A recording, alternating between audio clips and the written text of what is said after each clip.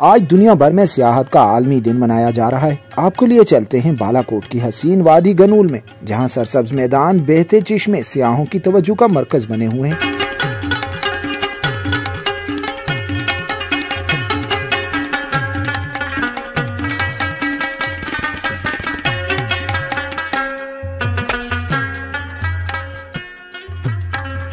सरसब्ज मैदान, बहती आबशारें, दिलकश नजारे। जी हाँ, ये जिक्र हो रहा है बालाकोट की हसीन वादी संगड़ शनक्यारी हट मेडोज का, जो सतह समुद्र से 11,000 फुट बुलंद है। यहाँ जो भी आए इसके हुस्न में खो जाए। पहाड़ों की चोटी पर फैले वसी मैदान और जंगलात यहाँ के हुस्न में 4 चांद लगा देते हैं। इसीलिए तो यहाँ आने वाले सियाह इसकी खूबसूरती की तारीफ किए नहीं थकते।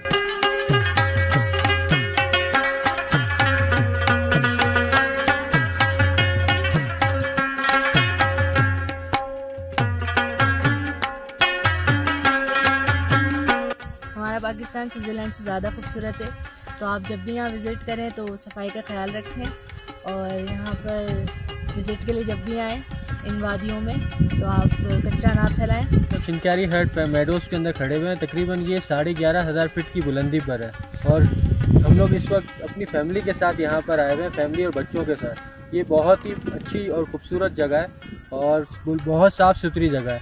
इस जगह को जो है ना हमें ज़रूरत है डेवलप करने की और इस जगह को जो है ना हमने साफ़ रखना है। हम लोग यहाँ पर कराची से आए हैं और ये गनूल वैली है और लोगों ने इसको एक्सप्लोर नहीं किया है। हम यहाँ फर्स्ट टाइम आए इसको एक्सप्लोर करने और आई मस्ट से कि आप यहाँ आएँ और इसको एक्सप्लोर करें। सियाहों का कहना है कि अगर हुकूमत इस जन्नत नज़ीर टुकड़े के ऊपर थोड़ी सी भी तवज्जो दें तो इससे यहाँ सियाहत में फरोग के साथ साथ मकामी लोगों के रोजगार में भी इजाफा होगा और पाकिस्तानी सियाहों के साथ साथ गैर मुल्की सियाहों को भी इस हसीन वादी को देखने का मौका मिलेगा।